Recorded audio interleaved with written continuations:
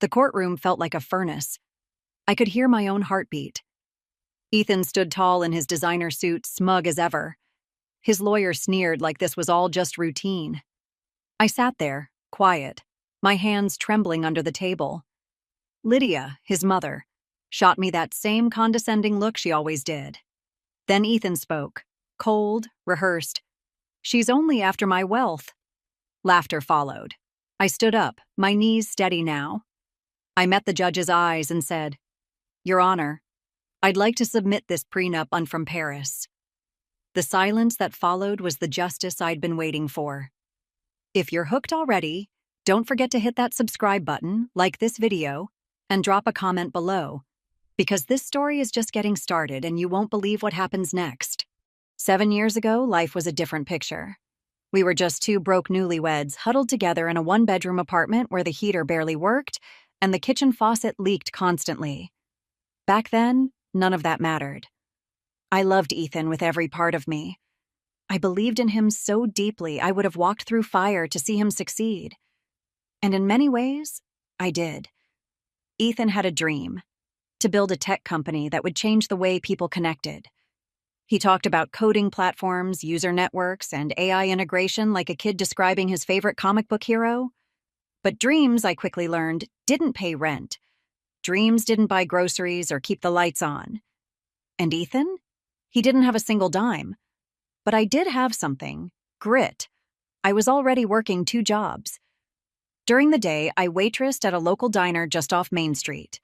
At night, I logged onto my laptop and tutored high school kids online. Still, that wasn't enough. When Ethan said he needed startup funds for his app idea, I didn't hesitate. I picked up a 3rd job, cleaning office buildings after dark. I barely slept. My body ached. But every time I saw Ethan scribbling away in his notebook or typing into his worn-out laptop, my heart swelled with hope. I wasn't just working. I was investing in our future. In his future. We didn't have much. Dinners were often instant noodles or dollar menu burgers we split. Our couch was secondhand, and we used a milk crate as a coffee table. We wrapped ourselves in extra layers when the heat cut out. But I was happy. Genuinely happy. We laughed. We planned. We stayed up late dreaming about our someday. Sometimes, after all the jobs were done and the world was finally quiet, I'd lie beside him and whisper, "One day, it'll all be worth it." I didn't realize I was speaking only to myself. At first, Ethan was grateful. He'd kiss my forehead and tell me I was his anchor. He called me his warrior, his reason for pushing forward. But slowly, almost like a fog rolling in, something shifted. It started small. He stopped asking how my shifts went. He stopped helping around the apartment. He'd come home and complain about how slow his progress was. And when I'd try to cheer him up, he'd snap, "You don't get it, Naomi. You're not in tech." Then came the investors. A tiny check from a local incubator turned into a small grant, then a larger partnership with a corporate mentor. I was ecstatic. Finally, all our sacrifices were paying off. I baked him a cake from scratch and wrote a little note that said, "To the future CEO, love your investor." He laughed, but not in the sweet way he used to. "Investor? Come on, Naomi. You helped, but let's not overstate it." That one sentence stung more than all the 3 a.m. shifts combined. The closer Ethan got to success, the further he drifted from the version of him I fell in love with. He traded our milk crate table for sleek glass furniture. Suddenly, he had opinions on how I dressed, how I spoke. He told me to act a little more polished when we went to networking events. Lydia, his mother, began visiting more often too. She never liked me. In the early days, she called me a girl with no pedigree. I remember cleaning her teacup once and overhearing her say to Ethan, "She's fine for now, but you'll outgrow her." I guess she was right. But back then, I still held on to hope. I told myself he was just stressed. That success was a lot to handle. That once things stabilized, we'd go back to being us. I didn't realize we were never coming back. The dream we once shared became his dream. And slowly, I became a shadow in the background of the empire I helped build. But I stayed.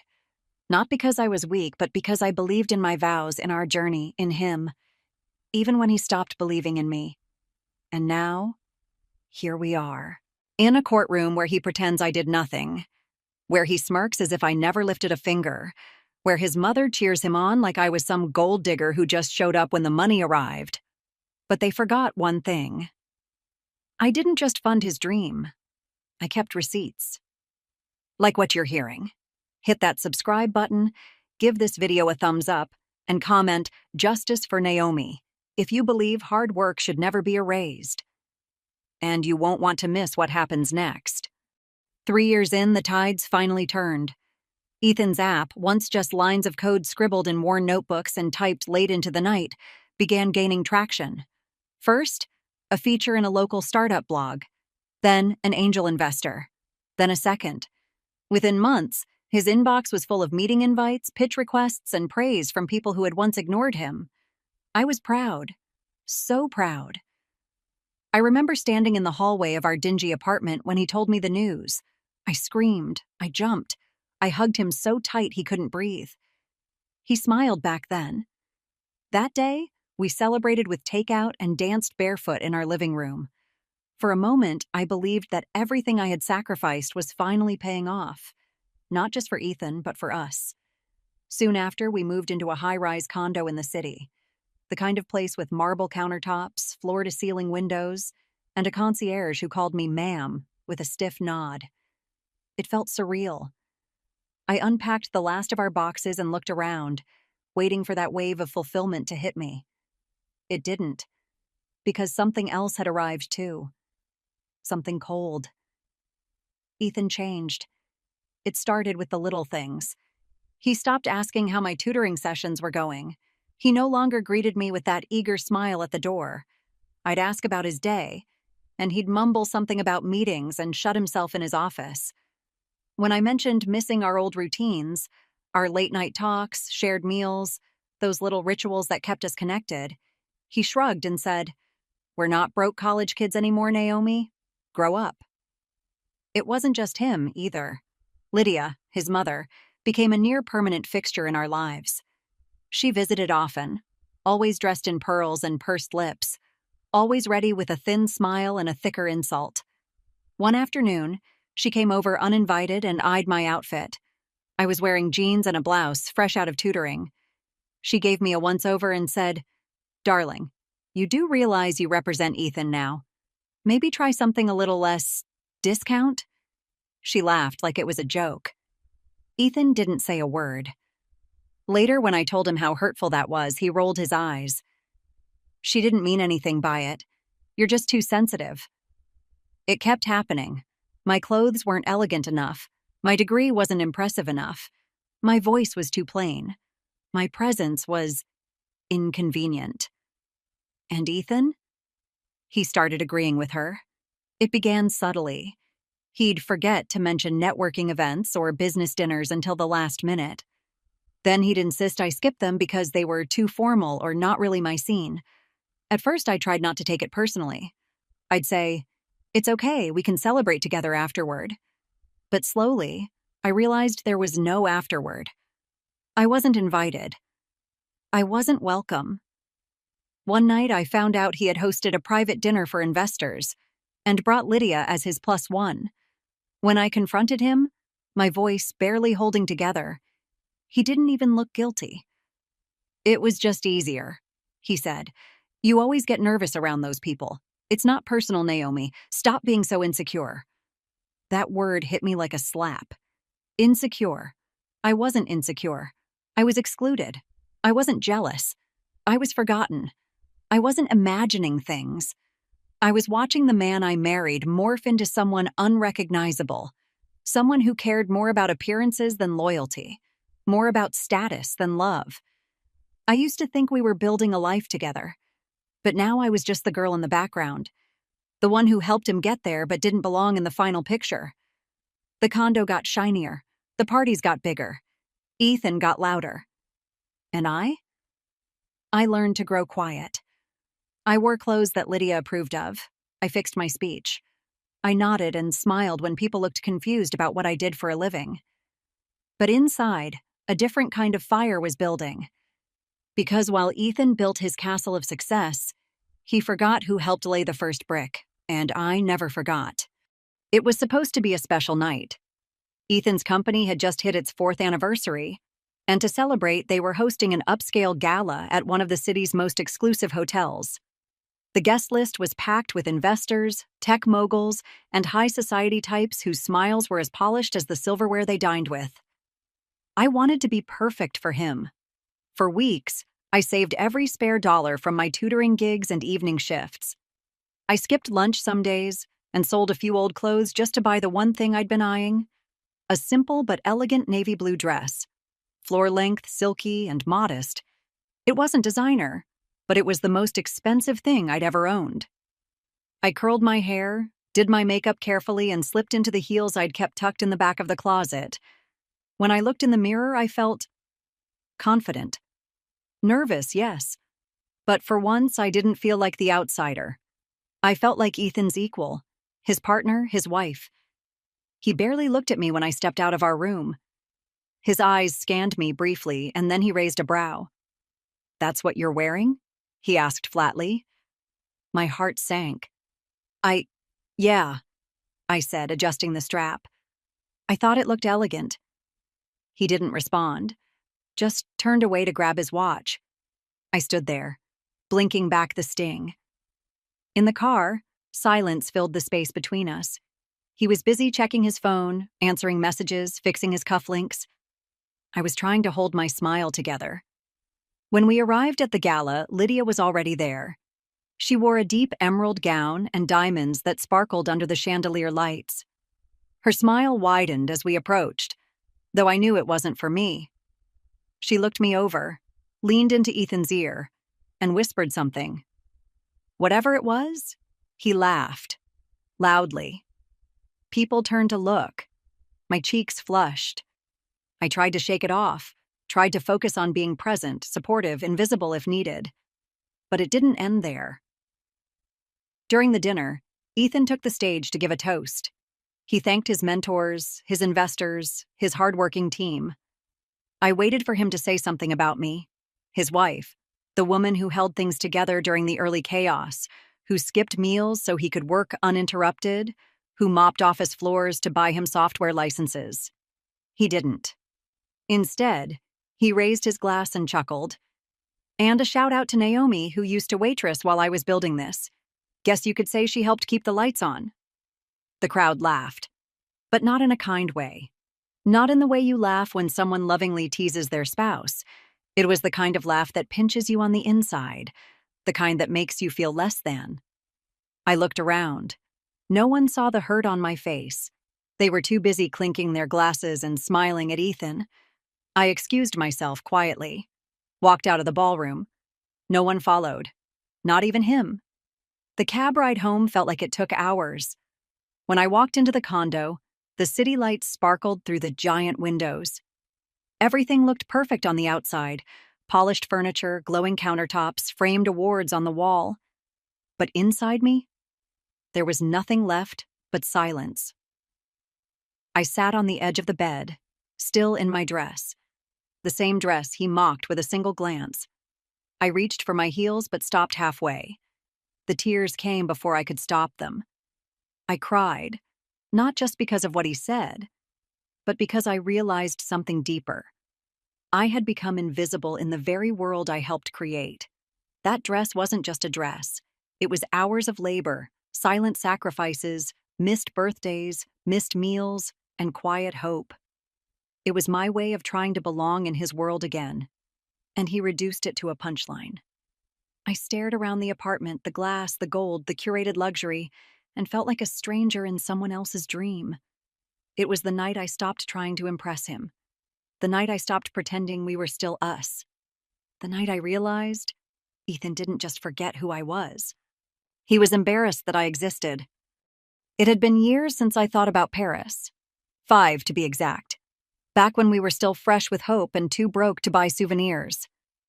It was our first real trip together, a celebration after Ethan received his first round of seed funding. It wasn't much, barely enough to build a prototype, but it felt like a miracle back then. We ate cheap crepes from street vendors, drank wine out of paper cups, and held hands like nothing in the world could ever go wrong. He wore his favorite hoodie, frayed at the cuffs, and I wore a sundress I'd packed in my carry-on to feel fancy. It was the happiest I'd seen him. Maybe the happiest I'd ever been, too. One rainy afternoon, while wandering through a quiet Parisian street in the 9th arrondissement, we ducked into a little law office to escape the drizzle. It was small, with wooden chairs and shelves lined with books in French. We had just been joking minutes earlier about prenups. "If I ever become rich and arrogant," he grinned, "you should have a prenup ready to shut me down." I had laughed so hard. "Sure," I teased, "a prenup for your future empire, signed and sealed in Paris just to make it dramatic." We kept laughing, but the man behind the desk had overheard and smiled. "It's not a bad idea," he said in broken English. "Sometimes. The joke now is the protection later." Something about his tone silenced our laughter. Ethan nudged me and said, "You know what? Let's actually do it. Let's draft one. We'll make it romantic." And just like that, we did. It was playful at first. He wrote silly clauses like, "Naomi gets the rights to all midnight snacks," and I added, "Ethan promises to take out the trash every Monday." But when it came to the serious part, assets, company equity, divorce, we paused. Ethan took a breath and said, "Let's just say, if I ever forget how this started, if I ever become someone who thinks you didn't help build this, half of everything goes to you. That's fair." I didn't argue. I just nodded. We signed the paper. The lawyer stamped it. Ethan smiled and said, "It'll be our little insurance against future stupidity." I tucked the document into a manila envelope and slipped it into the bottom of my suitcase. That was the last time we spoke about it. Until now. Sitting alone in our condo, I watched the golden city lights blur through the glass. My reflection looked back at me, older, quieter, wearier. Ethan was out, probably at some dinner with people who never once asked if he had help getting there. I sat in silence, the echoes of that gala dinner still ringing in my ears. His laughter, Lydia's smirk, the way he said my name like a punchline. Then, suddenly, I remembered. Paris, the office, the rain, the joke, the prenup. I bolted up, went to the bedroom closet, and pulled down the old storage box from the top shelf. Inside were scattered keepsakes, postcards, photos, a faded metro ticket. My fingers dug through, faster and faster, until they found it. The manila envelope, yellowed slightly, still sealed. My hands shook as I opened it. There it was. Signed by both of us, witnessed, stamped, notarized. The clauses were clear, the tone still playful in parts, but the legal terms were airtight. If Ethan Sanders were to achieve significant financial success from the business known as E-Tech Solutions and filed for divorce under contested terms, 50% of his assets, including but not limited to business shares, properties, and investments, shall be granted to Naomi Sanders. There it was, in ink, on paper, undeniable. He had laughed when he signed it, but I could tell even then, a small part of him knew it mattered. I folded the paper neatly, slipped it into a clean plastic sleeve, and placed it into the safety box in our bedroom, the same box where we kept passports and important documents. For 5 years it had stayed buried, forgotten. But now, it was the only voice I had left to speak the truth. I didn't have connections. I didn't have a high-profile lawyer. I didn't have his money or his influence or his mother whispering poison in a judge's ear. But I had this. A promise. A moment from Paris. A paper that remembered who we were, before power, pride, and pretense erased it all. And for the first time in a long while, I smiled. It didn't take long after I found the prenup for everything to fall apart. In truth, the cracks had long been there, some deep, some surface level. But now they were beginning to break the whole thing open. I had stopped asking Ethan where he went every night. I had stopped trying to be included. But I hadn't stopped noticing. And when I finally began asking real questions, about his constant absences, about the money moving in and out of our joint accounts, about why Lydia had more access to his calendar than I did, he turned cold. Very cold. "You didn't build this with me," he said as if the words meant nothing. "You were just there. Just there. After 7 years of grinding, sacrificing, praying, working 3 jobs, being the only steady income for the first 3 years, he said I was just there." I didn't yell. I didn't throw anything. I didn't even cry. I just stood there in the middle of the kitchen, watching him pack a bag for a business retreat in Miami. I already knew it wasn't business. I had seen the text message on his phone. "Can't wait to finally have you to myself this weekend," from someone named Serena. But I didn't mention it. Not yet.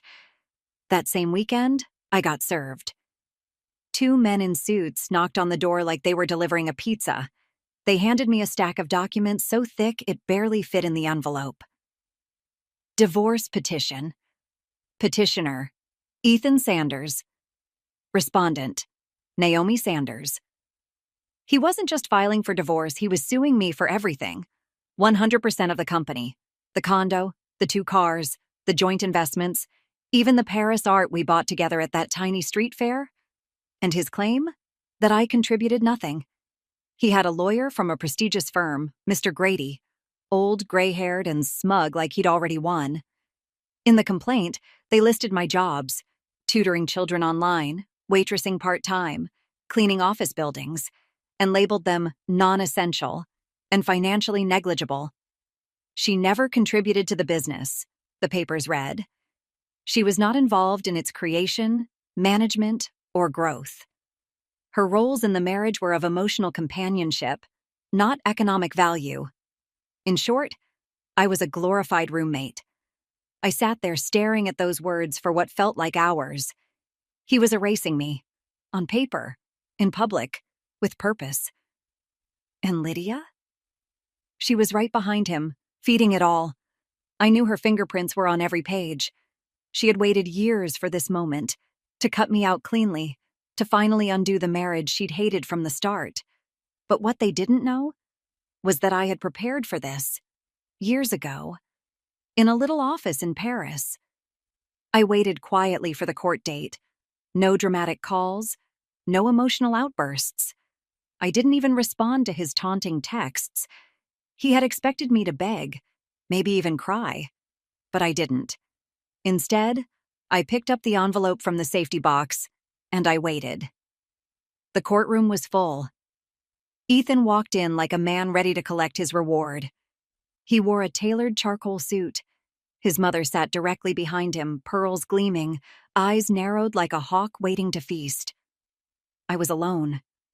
When they called our case, Mr. Grady stood up first.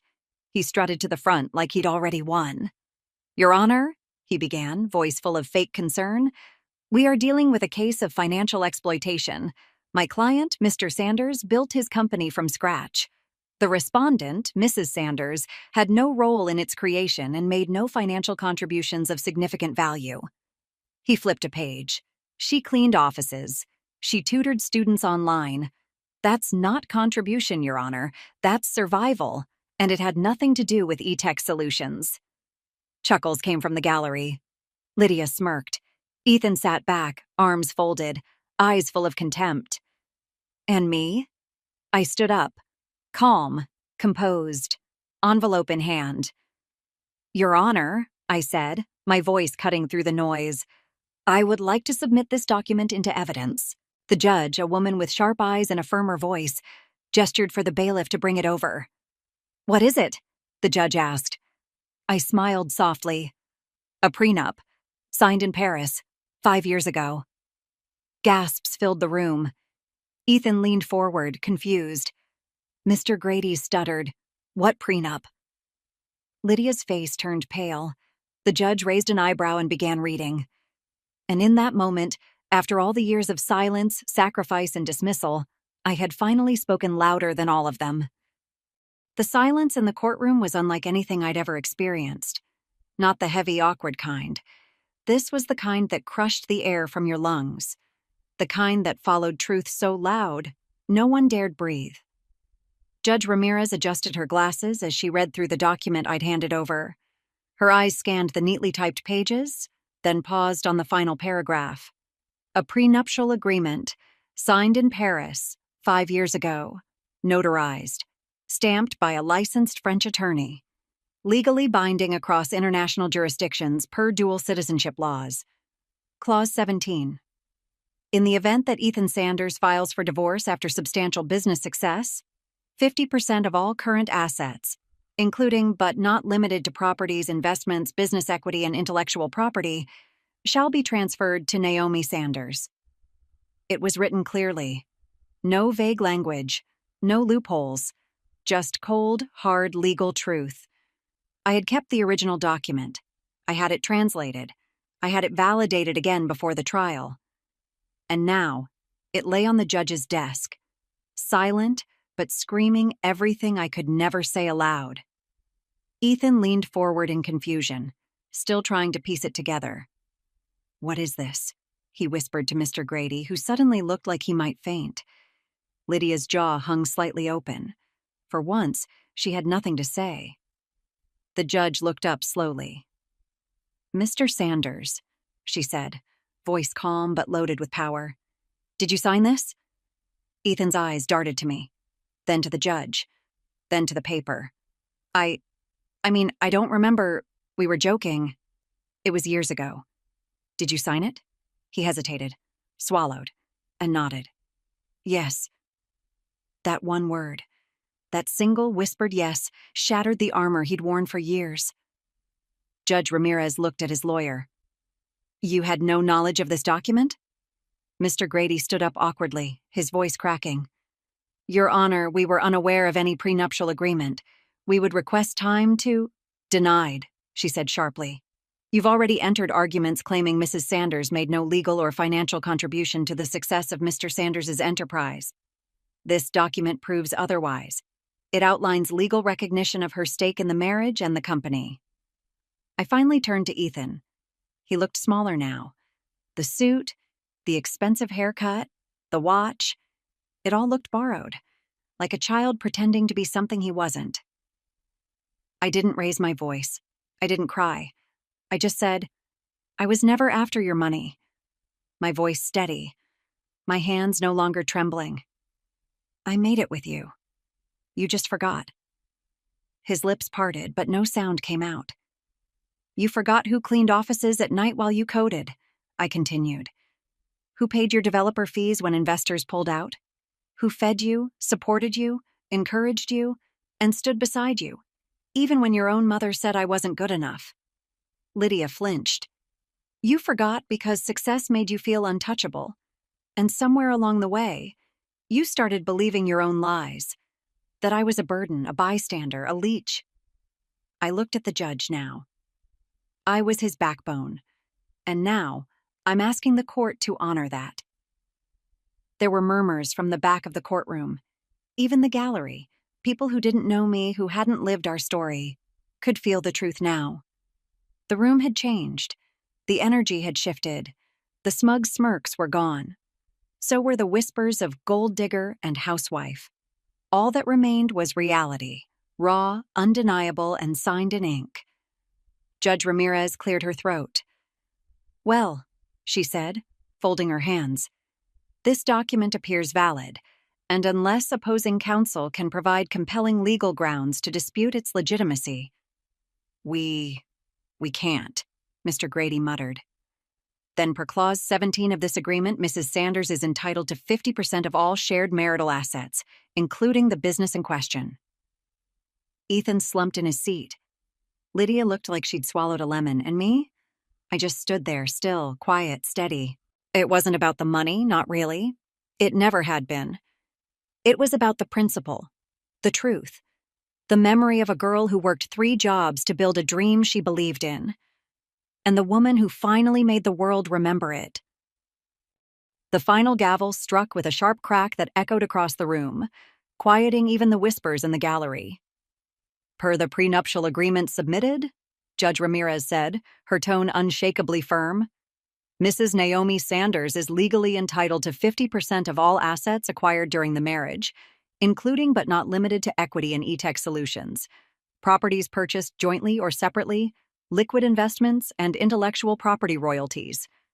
Lydia stood abruptly, nearly knocking her chair over. "This is insane," she hissed, grabbing her purse with trembling fingers. "She's ruined everything." She didn't even look at Naomi. Didn't dare. Instead, she stormed out of the courtroom in a flurry of expensive perfume and outrage, her heels clacking like distant warning bells down the corridor. Ethan didn't follow. He remained seated, shoulders sunken, pale, his world unraveling in slow motion. The charm he had weaponized so skillfully now sat lifeless on his face. He turned to me, his mouth dry. "Naomi, I didn't mean for it to go this far. I was angry. I wasn't thinking straight. I didn't know you kept that prenup. I didn't answer. There was nothing left to say. No rage, no satisfaction, just silence. I gathered my things, my envelope, my purse, and stood. As I walked past Ethan, I paused briefly. For a second, I saw the boy I had once known, the dreamer, the hopeful partner, the man who'd danced with me in a Paris apartment on a rainy night. But that man was gone. So I left him there, in a courtroom full of lawyers and papers and consequences. I didn't look back. The moment I stepped outside, the flash of cameras nearly blinded me. Microphones, reporters, headlines already forming in real time. Tech CEO loses 50% in surprise prenup bombshell. Wife of founder claims half in stunning courtroom twist. She helped build it all and she has the receipts. I kept walking. They shouted questions at me. "Naomi, how do you feel? Did you plan this all along? Are you going to sell your shares? Is it true you used to work 3 jobs to support him?" I said nothing. Not because I couldn't, but because I didn't need to. The truth had already been spoken. It was inked on paper, echoed in court, and sealed by law. My dignity wasn't a statement or a headline. It was the quiet strength that had carried me through 7 silent years, and now walked beside me back into freedom. Back home, the condo felt unfamiliar. Not because of the luxury or the silence, but because for the first time I felt like I truly belonged there. Not as someone who had been invited in, tolerated, or dismissed, but as someone who had earned her place. I sat in the living room for a long time, staring at the city skyline. Same view, same couch, same glowing lights. But I was different.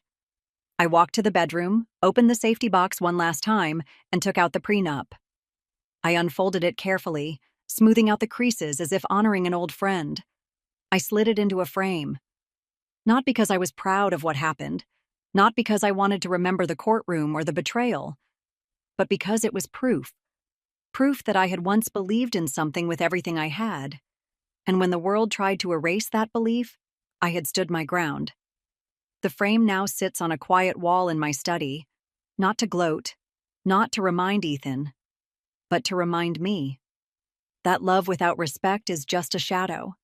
That sacrifice without recognition is exploitation. And that no matter how deeply someone underestimates you, you must never, ever let anyone define your worth. Not even the man you once loved. Not even the world. Not ever.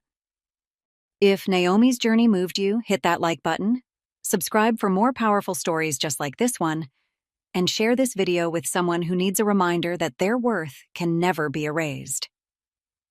Comment below. I define my value to join the movement.